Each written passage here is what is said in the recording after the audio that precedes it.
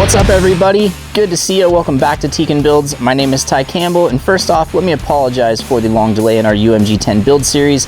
That is not what I had planned, but things get in the way sometimes, and most of the time it's the weather, especially up here where we live. As you can see, there's still about 4 feet of snow in my front yard, so that definitely puts a damper on running any sort of scale rig because all the trails are completely buried. To combat that, we are gonna head down to Riggins, just like we did with our VS410 Origin, and we're gonna get this thing on the trail. There's some really cool terrain down there. It's right on the Salmon River, or the River of No Return, and we're gonna go see what this thing is all about. I did get it wrapped up, and by wrapped, I mean I actually did wrap this truck. I got a custom wrap from Jay at SOR Graphics. Nice snow camo design, matte finish, and I threw that on the cab just to give this thing a customized look to it. I also did the Night Customs standard issue grill. This is a 3D printed part you can get on Shapeways from the Night Customs store. Very easy to install. You just have to do a little bit of minor trimming to the front of the body and it bolts right to the stock radiator assembly behind it. I also did the Night Customs EXO cage light bar, and it's got a Proline 6-inch light bar up here. A couple other things changed on this truck. The wheels. Vanquish came out with the KMC Panzer wheel. I had Methods on before. They dropped these wheels out of nowhere and I had to have them, so I ordered them up, mounted them on our MT45 tires, and I really like this design. It's got 12 bolts on here, so it looks like a real military wheel that you would see on a Unimog or any other truck like this. 6 of these bolts are really short and just screw into the hubcap. The other 6 screw into your Incision hubs, just like all the other Incision wheels. So awesome job, Vanquish. Love these wheels. I got everything lit on this, went with a custom LED kit that I found online. I have headlights, fog lights, marker lights on both sides, and then I flush mounted the tail lights back here in the rear fender. Did a little bit of wire management, hiding it with this wire loom as best I could. And this thing is lit, it's wired, it drives.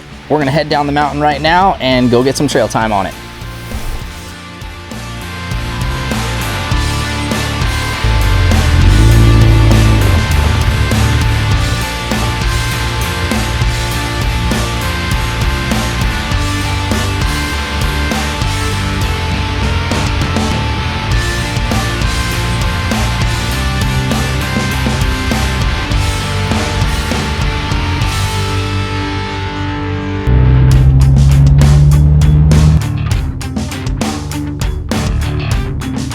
Well, made it down here. It's like 50 degrees, it's sunny, and we are at Island Bar. So we're just gonna take the truck out and go find some stuff to play on. Looks like there's some decent stuff that way. So we're just gonna walk the riverbank for a bit and check out how our UMG performs.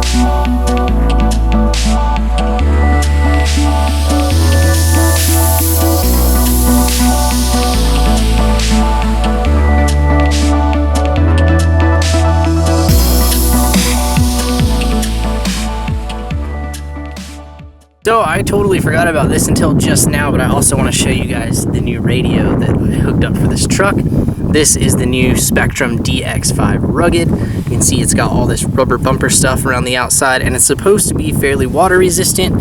Plus it's got a nice little tether attachment right here and protector bar just to protect your throttle, trigger, and all that good stuff. So far I'm liking this radio a lot. It's got this little steering lever right here on the wheel so that you can one-hand drive, which makes filming and driving solo a whole heck of a lot easier.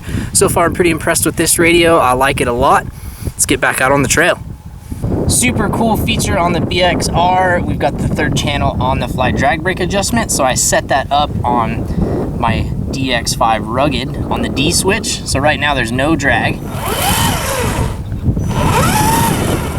And if we go up, this should be 100% drag.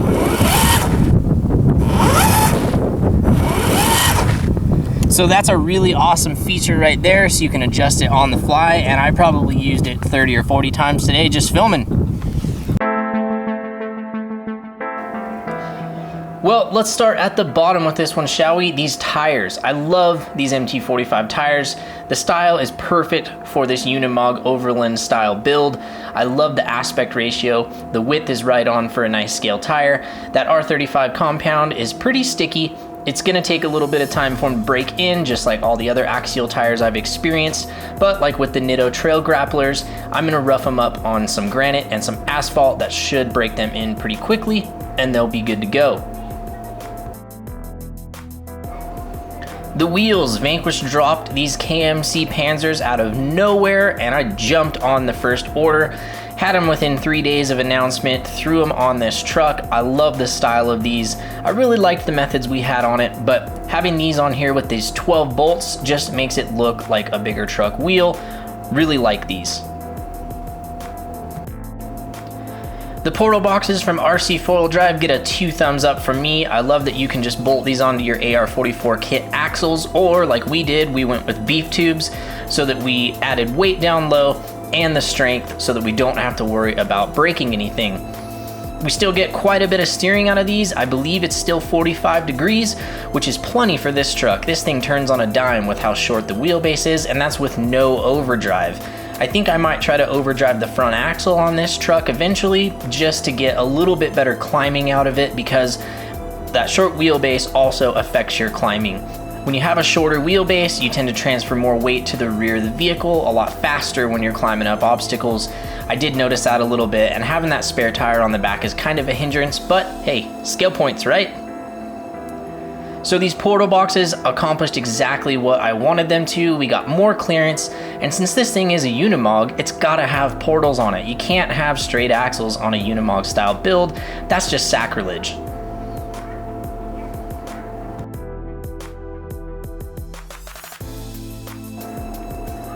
The shocks, these are the exact same as the Icon shocks used to be in all the older Axial kits. I like these shocks. As long as you build them properly and don't tear the O-rings and you use a good amount of slime in those lower cartridges, they're not gonna leak. I didn't have any issues with these. All 4 still have oil in them, and that 30 weight I think is a little bit on the light side. I like to run stiffer oil just so the truck doesn't transfer weight as quickly side to side or front to rear, and it just helps with some stability, so we're gonna mess with that more in the future. The body, man, this was a bear of a body, but I love the way it turned out.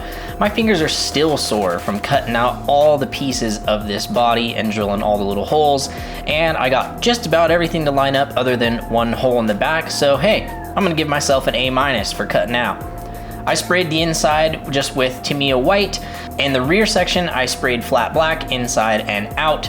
I only did the SOR wrap on the cab and then just left the whole rear end as it is. A couple little detail stickers, wanted to keep it simple. I also added a Darth Vader driver head onto the figure inside on the interior.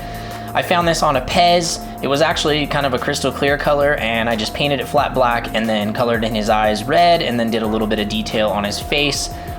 I'm a huge Star Wars fan, a lot of people probably know that, so I'm really happy that I could find a pretty scale Darth Vader driver head.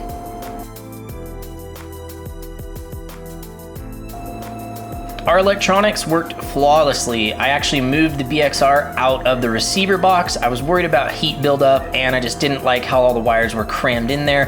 And the BXR is element proof, so it's gonna be able to withstand splashes and stuff like that. And I actually did submerge it a couple of times when we were out playing in some of the deeper sections of the river. I had no issues with it. I know it got wet. I can see water droplets on the LED bar on the inside. No problems whatsoever. The active drag feature is awesome on brushless, and we also introduced it to brushed drive mode. So the BXR has active drag turned on by default.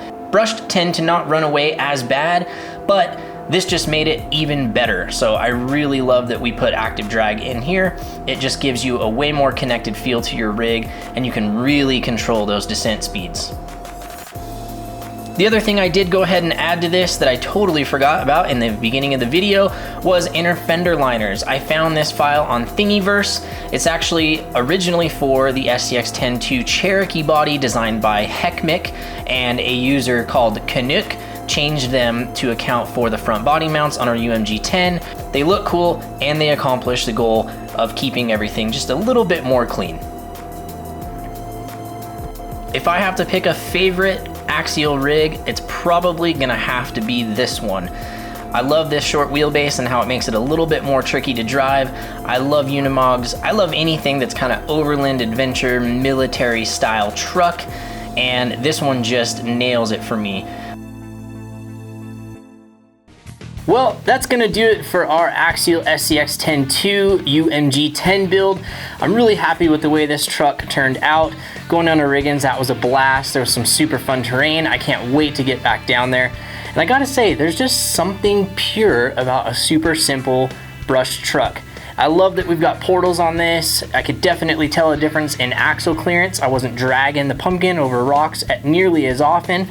And the center of gravity really wasn't that bad. This truck looks like it would be really top heavy, but I could actually side hill pretty decently, and I think part of that is thanks to those beef tube equipped axles, putting some of that brass weight back down low where it needs to be. I did run a really small 2S pack just to keep weight to a minimum, so I might have cheated a little bit there.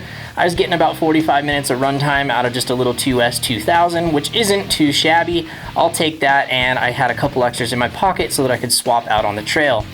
Hot swapping on this is super awesome. I love that you can just undo the body clips and fold this whole cab back. That makes access to everything super nice, and there's 2 less body clips that you're gonna lose out on the trail. I think there's a few things I wanna change on this truck, mainly our shock oil. I think I'm gonna go a little bit heavier all the way around. 30 was okay, it's nice and supple, but to get a little bit more stability side hilling, I think I'm gonna go up. Might try 50, 60, maybe 70 or 80. We'll see. These are really small diameter shocks, so you might need a lot thicker oil than you actually think. Stock tires are fairly sticky. I'm gonna say that R35 compound, I do like it.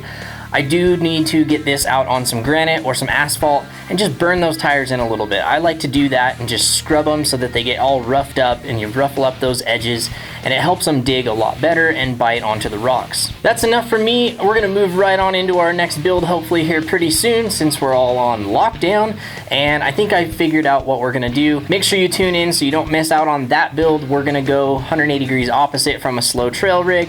We're gonna build something fast for the racetrack. Hope you guys enjoyed the video. I had a lot of fun building this truck. I just love building everything. Doesn't matter what it is. Someone gives it to me, gives me some tools, I'll put it together. If you did enjoy the build, click that like button. If you've got any questions or comments, go ahead and leave them down below, because I do enjoy reading them and I try to answer as many as I can. And do me a favor and share it with your friends so they can check it out too. I'm Ty Campbell, and we'll see you next time.